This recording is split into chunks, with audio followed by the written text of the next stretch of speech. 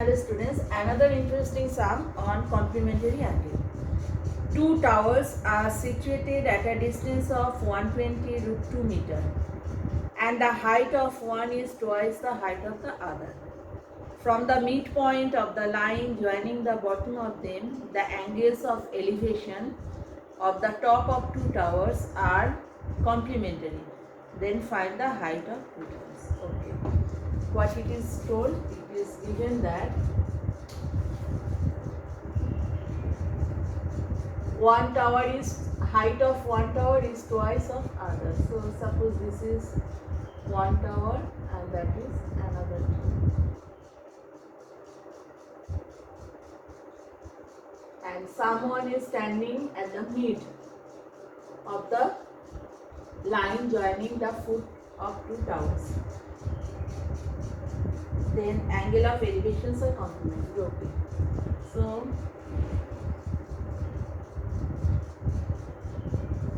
AB be the first tower, its height is x meter, and CD be the second tower, its height is 2x meter, and O is the midpoint of BD. Someone is standing here, and angles of elevation are complementary. Let it be theta, so it will be 90 degree minus theta. Clear? Now BD given distance between 2 points. Total distance BD, it is given 120 root 2 meter. So as O is the midpoint, so it will be 60 root 2 meter, and this is also 6 root 2 meter. I hope it is clear. This is the midpoint. Clear? Now you have to find out height of the towers. Yes. Now we will apply. We will consider first in triangle ABO. Tan, we have considered let A be x meter, so CD will be 2x meter. W. In triangle ABO, tan theta equals to perpendicular by base AB by BO. Tan theta equals to x by 60 root 2 meter. This is my equation number 1. Now in triangle CDO, again apply tan 90 degree, angle of elevation is 90 degree minus theta equals to CD by OD. Tan 90 minus theta means cot theta. CD is 2x and OD is 60 root 2 meter. This is my equation number 2. So in previous sum, you have seen that what we have done, if tan and cot will come, we will multiply. So left hand side will get 1. Clear? So tan theta is this. Okay. Now by multiplication of equations 1 and 2, left hand side tan theta into cot theta, and right hand side x by 60 root over 2 into 2x by 60 root over 2 square. Then